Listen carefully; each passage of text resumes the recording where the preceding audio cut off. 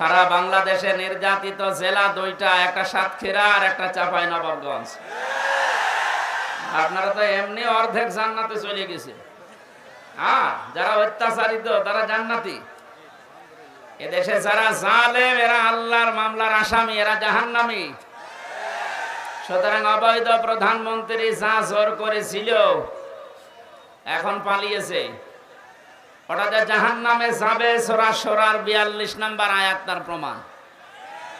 কারণ তার বিরুদ্ধে মামলা হামজার না, তার বিরুদ্ধে আল্লাহ নিজে মামলা দেবে। আপনার কি মনে হয় বলেন, আল্লাহ যদি কারো বিরুদ্ধে মামলা দেয় সে জান্নাত পেতে পারে? বলেন। সুতরাং সে সহজ আর দোসর যারা আছে এখনো কোনা কাঞ্চা বিভিন্ন জায়গায় আছে, খালি সাহস দেয়, আপা ঘাবড়াবেন না, এদিকে আসেন। আপনি ঘাবড়ালে আমরা নরম হয়ে যাই। এই সমস্ত কথা যে দোসর গুলো বলছিল এখনো বলছে মাঝে মাঝে, এরা সবগুলো আমার আল্লাহর আদালতে তার নিজের মামলার আসামি। বলেন নাউজুবিল্লাহ। আমরা যেন এরকম ভুল না করি। একটু সময় দেন আমাকে, কথা বন্ধ করেন, বন্ধ করেন কথা। আলহামদুলিল্লাহ।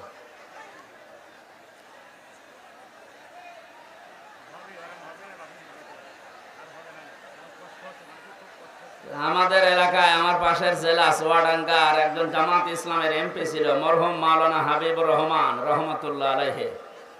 উনি বলতেন যে আমি এত কষ্ট করে বান্দাল দিলাম, আর এক বেদের মেয়ে এসে একবারে বান্দাল ভেঙে ফেলবে। আমি এত কষ্ট করে জোড়া দে, আর এরা 2 সেকেন্ড পরে আবার হয়েছে করে নষ্ট করে দিচ্ছে। একটু চুপ করেন ভাই, কি একটা কথা হলো। বসা লাগবে না ভাই, আপনি দাঁড়িয়ে থাকেন কিন্তু কথা বলবেন না। দাঁড়িয়ে থাকেন, বসে থাকেন, গাছে থাকেন, বাসে থাকেন, কথা বলবেন না। খালি কথাটা বন্ধ করেন, আমাদের কথা বলতে দেন ভাই। এটা কোরআনের পরিবেশ না। বসেন,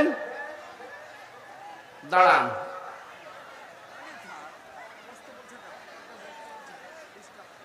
আসলে জায়গাটা ভেজা তো, এজন্য অনেকে বসতে চাচ্ছে না। বসার দরকার নেই, দাঁড়িয়ে থাকেন কিন্তু কথা বলবেন না। দাঁড়িয়ে থাকেন কষ্ট করে। যে ইবাদতে কষ্ট বেশি হয় ইবাদতে সওয়াব বেশি হয়, এই জন্য কষ্ট করেন কিন্তু কথা বলবেন না। আমরা যারা দূর দূরান্ত থেকে মাহফিলে আসলাম বলেন তো আলহামদুলিল্লাহ। কোরআনে কারীম আমাদেরকে সুসংবাদ জানিয়েছে, ওয়া নুরিদু আন্না মুন্না আলাল্লাযিনা ইসতাদঈফু ফিল আরদি ওয়া নাজআলাহুম আইম্মাতাও ওয়া নাজআলাহুমুল ওয়ারিসিন। আল্লাহ পাক বলেন, হে নবী, ফেরাউনের ওই জামানার কথা আপনাকে আমি স্মরণ করাচ্ছি একটা কারণে। আপনার উম্মতদেরকে আপনি এটা জানাবেন। ফেরাউন ওই সময় বহু জাতি ছিল, সব জাতিকে দলে বিদলে বিভক্ত করে দিয়ে একটা জাতিকে টার্গেট করেছিল, একটা দলকে। সেই দল ছিল মুসা নবীর দল। কিন্তু আমার আল্লাহ চাইলেন তাদের উপরে অনুগ্রহ নাজিল করার জন্য, অনুগ্রহ করতে। তিনি যতগুলো দল ছিল কাউকে কিছু না জানিয়ে মুসা আলাইহিস সালামের দলকে আমার আল্লাহ নিজে দয়া করে অনুগ্রহ করে জমিনের শাসন ক্ষমতা এবং ওয়ারিস বানিয়ে দিয়েছিলেন। এই দেশেরও নব্য ফেরাউন যারা ছিল তারা কিন্তু এদেশে বহু দলকে কিছুই বলে নাই কাউকে, সে একটা দল টার্গেট নিয়েছিল। একামতে দিন কায়েম করার জন্য যারা এই বাংলাদেশে দায়িত্ব নিয়েছে তাদের টার্গেট ছিল এই দলটা। বলেন, যত হামলা মামলা কেস কাম জেল ভর্তি সব এই দলের লোক দিয়ে। আমার আল্লাহ এখন আমার মনে হয় আজটা বাস্তবে রূপ দেখানো আরম্ভ করে দিয়েছে।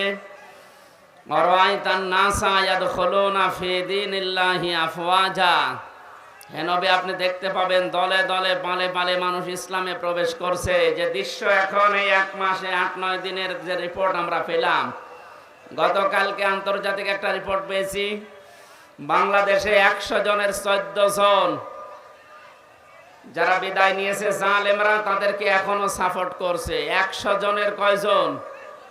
মাত্র 14 জন। বিরোধী দল হিসাবে বড় যারা আমরা ধারণা করতাম, জাতীয়তাবাদী দল, তারা 100 জনের 28 জন সাপোর্ট পাচ্ছে এই দেশে। এখন আনন্দের বিষয়ে 1 মাস 8-9 দিনে এমন পরিবর্তন বাংলাদেশে শুরু হয়ে গেছে, 100 জনের 58 জন মানুষ এখন ইসলাম পন্থী এই দেশে।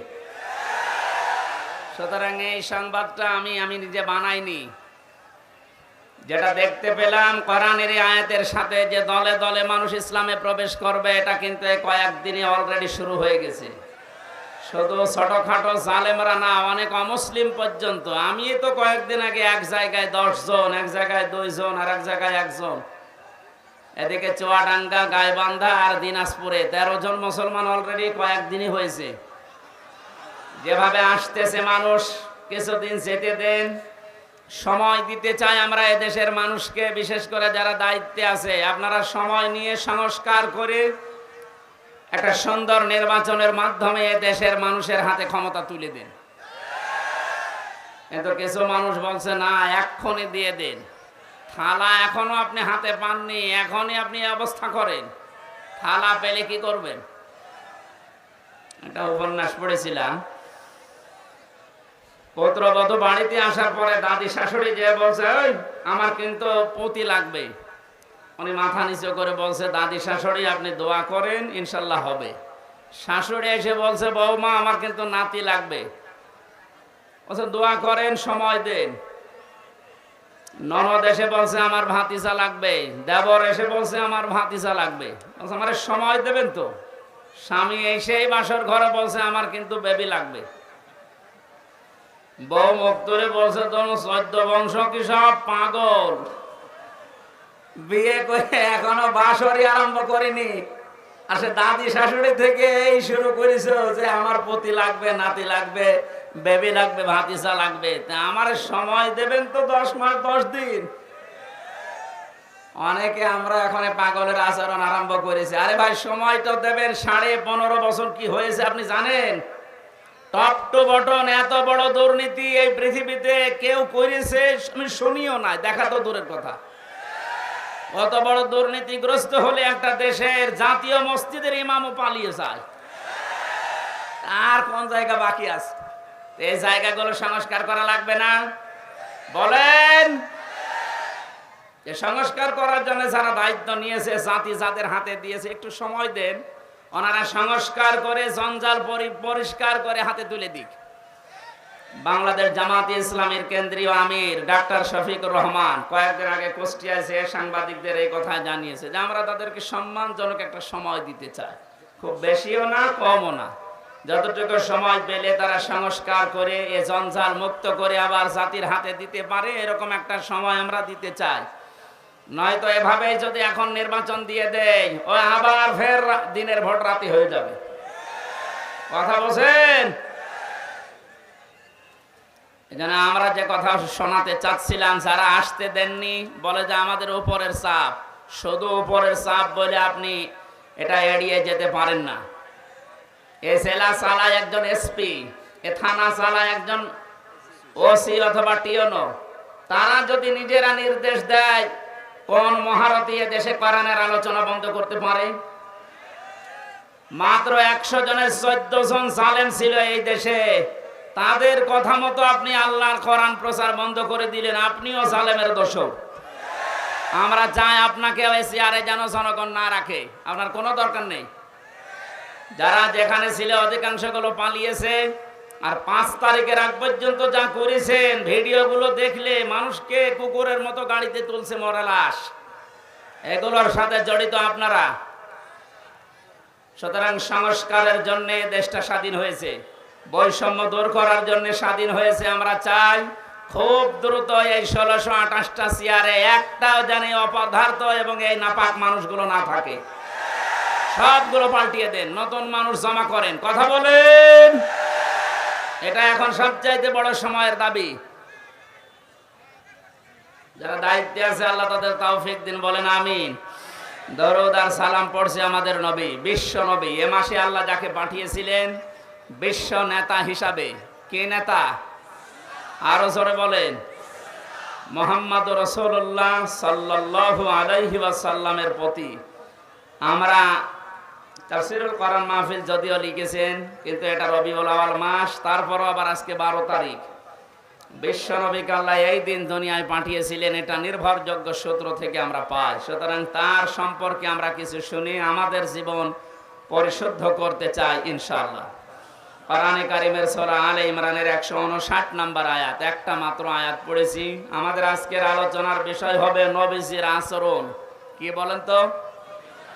বিশ্বনবী তিনিও মানুষ ছিলেন, তিনি ফেরেশতা ছিলেন না, কিন্তু মানুষ হওয়ার পরেও তিনি যে আচরণগুলো করেছিলেন, আমরা কোরআন এবং হাদিস আর ইসলামের ইতিহাস থেকে যেটা পেয়েছি, আমরা যেহেতু উম্মত দাবি করছি, আমাদের জীবনের সাথে আমরা মিলাবো ইনশাআল্লাহ। আউযু বিল্লাহি মিনাশ শাইতানির রাজিম।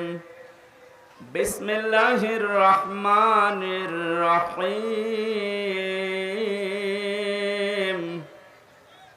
ফাবিমা রাহমাতিম মিনাল্লাহি লিনতা লাহুম ওয়ালাউ কুনতা ফাযযান গালিযাল কলবি লানফাদ্দু মিন হাওলিক ইলা আখির আয়াত।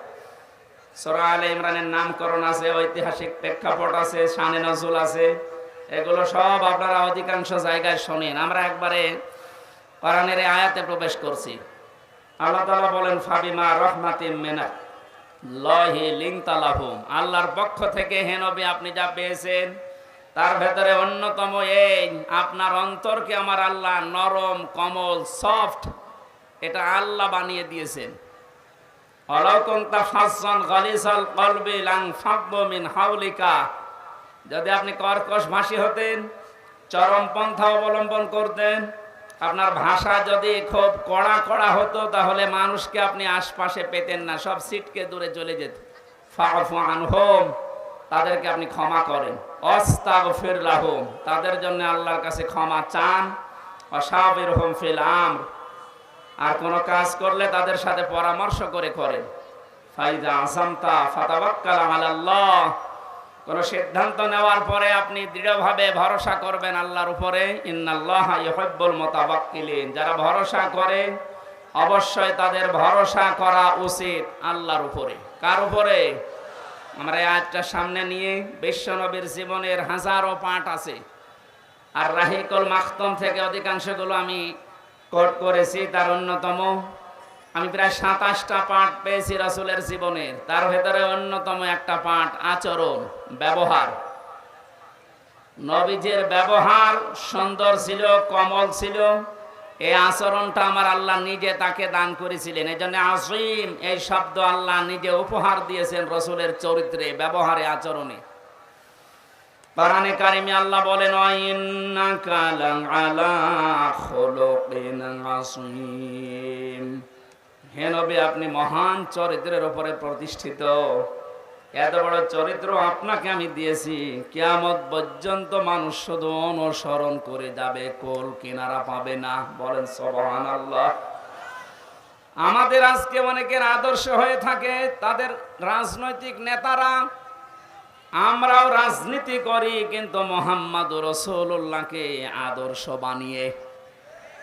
এই যে 96% মুসলমান দেশে বাস করি, আমরা হয়তো নামাজ পড়তে না পারি, রোজা রাখতে না পারি, কিন্তু এই বিশ্বাস, এই স্বীকৃতি আমাদের আছে যে আমরা মুহাম্মদুর রাসূলুল্লাহর উম্মত। বলেন বলেন। তাদেরকে আমি শোনাচ্ছি, যেহেতু উম্মত হিসাবে স্বীকৃতি আপনি দিয়েছেন, কিয়ামতের দিন তার সুপারিশও আমাদের পাওয়া দরকার আছে না নেই? আলাদাবুল মুফরাদের একটা হাদিস পেয়েছে, বিশ্বনবী জানিয়েছেন, পৃথিবীতে যদি কারো আদর্শ, কারো নেতা মুহাম্মদুর রাসূলুল্লাহ না হয়ে অন্য কেউ হয়, ও মরণের পরে বিনা হিসাবে, বিনা বিচারে জাহান্নামে যাবে। আমি আপনাদের বাঁচাতে চাই। এসেছিলাম কিছুদিন আগে, কথা বলতে দেননি, আজকে একটু সময় দেন। আল্লাহর ঘোষণা দেওয়া নেতা, আদর্শ এই পৃথিবীতে একটা মাত্র, আল্লাহ নিজে যাকে ঘোষণা দিয়েছেন, ইয়াসিন ইয়া হরফে নেদা, সিন মানে সাজ্জেদ। আল্লাহ পাক বলেন আমার ঘোষণা দেওয়া নেতা মুহাম্মাদুর রাসূলুল্লাহ। এই আয়াত থেকে তাফসিরে কাবিরে আল্লামা ফখরুদ্দিন রাজি রহমতুল্লাহ আলাইহি লিখেছেন, রাইসুল মুফাসসিরিন নবীজির আপন চাচাতো ভাই আব্দুল্লাহ ইবনে আব্বাস রাদিয়াল্লাহু তাআলা আনহু বলেন, সিন দিয়ে মহান আল্লাহ 5টা বিষয় মিন করেছেন। 1 নম্বরে সিন মানে সাজ্জিদুল আলামিন, 2 নম্বরে সিন মানে সাজ্জিদুল বাশার, 3 নম্বরে সিন মানে সাজ্জিদুল কাউনাইন, 4 নম্বরে সিন মানে সাজ্জিদুল আম্বিয়া, 5 নম্বরে সিন মানে সাজ্জিদুল মুরসালিন। প্রতিটি শব্দের তিনি ব্যাখ্যা লিখেছেন। তাফসিরে কাবিরটা যদি পারেন কিনে দেখবেন, এই কথাগুলো ওখানে আমার আল্লাহ জানিয়েছেন। সাজ্জিদুল আলামিন দিলেন কেন? শুধুমাত্র এই বাংলাদেশ না, 228টা রাষ্ট্র নিয়ে এই পৃথিবীটা গঠিত। এখন স্বাধীন পরাধীন মিলে এখন তামাম দুনিয়ায় রাষ্ট্র আছে 228টা। কয়েকটা বাড়তেছে, কথা বলছেন, কয়েকটা বাড়তেছে। 228টা ছিল, 6টা বাড়তেছে, 7টা, 7 সিস্টার। ওরা পাকিস্তান থেকে আমাদেরকে আলাদা করেছে, তো 1 ভাগ করে দিয়েছে। এই জন্য ওরা নাকি আমাদের চিরদিনের বন্ধু। ওদেরকে আমরা এখন 7 ভাগ করে দিচ্ছি। আমরা বড় বন্ধু, আমরা বড় বন্ধু না? ওরা যদি 1 ভাগ করে এত বড় বন্ধু হয়, আমরা 7 ভাগ করে দিচ্ছি। কথা বলেন না কেন? আগামীতে আল্লামা সাঈদীর কথায় প্রমাণিত হচ্ছে ভারত বাবরি মসজিদের মতো টুকরা টুকরা হয়ে যাবে ইনশাআল্লাহ। তাহলে 228 আর 7 কত হয়? 235টা রাষ্ট্র কয়েকদিন পরে পৃথিবীর মানচিত্রে আসবে। আপনি 235টা রাষ্ট্রের যেখানে বসবাস করেন, বিশ্ব নবীকে আপনাকে আদর্শ নেতা মানা লাগবে। এইটা আমি বানালাম, বলেন। এখানে যারা আলেম আছে জিজ্ঞাসা করেন, কিয়ামতে আল্লাহ যে বিচার ব্যবস্থা সাজাবে, প্রতিটি মানুষকে আল্লাহ প্রথমে ডাকবে একা একা। কুল্লুহুম আতিহি ইয়াউমাল কিয়ামাতি ফারদা। বিচারের দ্বিতীয় সিস্টেম যেটা, দ্বিতীয় ধাপ যেটা, স্তর যেটা, এই জায়গায় আল্লাহর একা ডাকবেন না। ইয়াউমা নাদউ কুল্লা উনাসিম বিইমামিহিম। আল্লাহ পাক বলেন কিয়ামতে বিচারের দ্বিতীয় ধাপে কোন মানুষকে আর এবার আর একা ডাক দেওয়া হবে না, প্রতিটি মানুষকে ডাক দেওয়া হবে তার নেতার সাথে। চাপাইবাসী, আপনার বিবেককে প্রশ্ন করেন তো, আপনি যে নেতার কথা মেনে চলেন, যাকে আদর্শ বলেন, যার পেছনে স্লোগান দেন, যাকে ভোট দেবেন বলে আপনি মনে মনে স্থির করছেন, এই লোকটা যদি কিয়ামতে আপনার সামনে দাঁড়ায়, আপনি থাকবেন তার পেছনে। ওর যে চেহারা সুরাত, ওর যে চরিত্র, আপনি কিছু না কিছু তো জানেন। আপনি কি বলেন এই লোকটাকে দেখলে আল্লাহর রাগ হবে না আল্লাহ খুশি হবে? দেখলেন, এখনই বলছে রাগ হবে, তাহলে ধরা খাবে না? আশা করছে আপনি যেন ধরা না খান। বাংলাদেশের নায়েবে আমির জামাত ইসলামীর অধ্যাপক মুজিবুর রহমান আজকে সকালে ঘোষণা দিয়েছেন, হে দেশবাসী, তোমরা যেন কোনোদিন কোনো মদখোরকে ভোট দিবা না। কথাটা তার কিনা আমি এখনো সঠিক না, তিনি বলেছেন, কারণ তিনি ছাড়া কথা বলার মতো মানুষ অন্য দলে তো নেই। কথা বলছেন। আমরা যা দেখতে পেয়েছি, অধিকাংশ দলেই তো সব ডাল খাওয়া আর মাল খাওয়া লোক। এমন একটা দলের কথা বললাম, অধ্যাপক মুজিবুর রহমান, যে দলে আছেন, আপনি একটা যদি দেখাতে পারেন বিড়ি খায়, জীবনে এই স্টেজে কথা বলবো না। এই লোকটাকে কিয়ামতে আল্লাহ যদি দেখে, আমি তার সাথে কাবা শরীফে কয়েকদিন ছিলাম, তার যে আমল, অধ্যাপক মুজিবুর রহমানের সাথে আমি সময় কাটিয়েছি, তার যে আল্লাহর উপরে বিশ্বাস আর ইবাদতের মাত্রা, আপনি এই সমস্ত মানুষ বাদ দিয়ে ঘরের মদখোরের পেছনে আপনার বিবেক আছে? তার চেহারা দেখলে আল্লাহর কথা মনে পড়ে। হ্যাঁ, কথা বলেন না কেন? অথচ তিনি কোনো আলেম না, একটা জেনারেল শিক্ষিত মানুষ। রাতের বেলা তার কন্দন দেখেছিলাম কাবা শরীফে। আমার মনে হয় এই সমস্ত মানুষ বাদ দিয়ে যারা মদখোর, ডালখোর, বাবাখোর, এদের পেছনে ঘরে, এগুলো মানুষ নেই, এদের বিবেকের ওপরেও কুকুরে পোশাক করেছে। ঠিক তো খালি সামিয়ানার নিচে বলছে, বাকি ঠিক থাকবে তো ইনশাল্লাহ। এটা দেখতে চাই। এটা যদি মনে করেন রাজনীতি, হ্যাঁ এটাই রাজনীতি, আমরা এই রাজনীতির সামনে নিয়ে যেতে চাই। 151 জন মানুষকে আমরা অধ্যাপক মজিবুর রহমানের মতো, ডক্টর মিজানুর রহমানের মতো চাই। কথা বলেন। এই মেসেজ সারা দেশে যাচ্ছে। যারা সামনে আসবে, যেন 58 জন হয়ে গেছে ইসলামপন্থী মানুষ এই দেশে, আর বেশি দেরি নেই, এই দেশে ইসলাম কায়েম হতে ইনশাআল্লাহ। যদিও জালেমরা এখন নিজেদের সাহস জগাতে অনেক উল্টা পাল্টা কথা বলছে, না আমি পদত্যাগ করিনি। আরে শয়তান, পদত্যাগ করিস মানে ভিডিও কি বানানো নাকি? নিজে সই করছে। এই জন্য ওনার ছেলে বলেছে আমার মা মাথা খারাপ হয়ে গেছে ক্ষমতা হারানোর পর। ওনার কথা আপনারা বিশ্বাস করবেন না। এক লোকের গরু হারিয়েছে, ওর দোষাসে দৌড়াচ্ছে, ছেলের সাথে দেখা, ছেলে ডাক দিয়ে বলছে আব্বা তুমি কোথায় যাও? বলছে ওরে ভাই গরু হারিয়েছে। একটা গরু হারালে যদি ছেলেকে ভাই বলে ফেলে, এত বড় অবৈধ রাজত্ব যারা হারিয়ে ফেলেছে, মাথা ঠিক থাকার কথা। ওদের মাথা যেন আরো খারাপ হয়। এদেশে আবু সাইদের মা জানিয়েছে তুমি আসো, চট করে ঢুকে পড়বা, আসো তোমারে আমরা ওই আয়না ঘরে নিয়ে যাব। শুধু আবু সাইদের মা না, এদেশে হাজারো আবু সাইদের মা এই আশায় আছে। সুতরাং জালেমরা যদি সাহস দেখায়, আমরাও কিন্তু বসে থাকবো না ইনশাআল্লাহ। এদেশে একটা জালেমকে আমরা আর ভবিষ্যতে এখন দেখতে চাই না। দেখতে চাই এই দেশে হযরত ওমরের মতো মানুষ। আপনারা এভাবে বসে থাকতে পারবেন না? দেশটি তো জোরে নিয়ে গেল।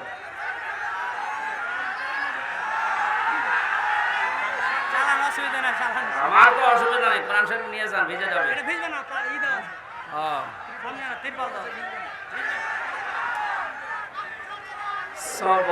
সুবহানাল্লাহ আলহামদুলিল্লাহ লা ইলাহা ইল্লাল্লাহ।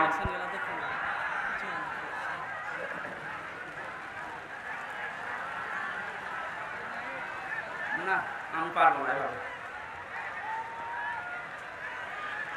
পরিবেশ লাগবে ভাই, এটা তো গানের অনুষ্ঠান না, এভাবে হবে না। আল্লাহুম্মা আমিন। লা ইলাহা ইল্লা আনতা সুবহানাকা ইন্নী কুনতু মিনাজ জালিমিন। আল্লাহ তাআলা এই আয়োজনকে কবুল করে নাও। যতটুকু বলার চেষ্টা চালিয়েছি আমল করার তৌফিক দাও। আলহামদুলিল্লাহি রাব্বিল আলামিন।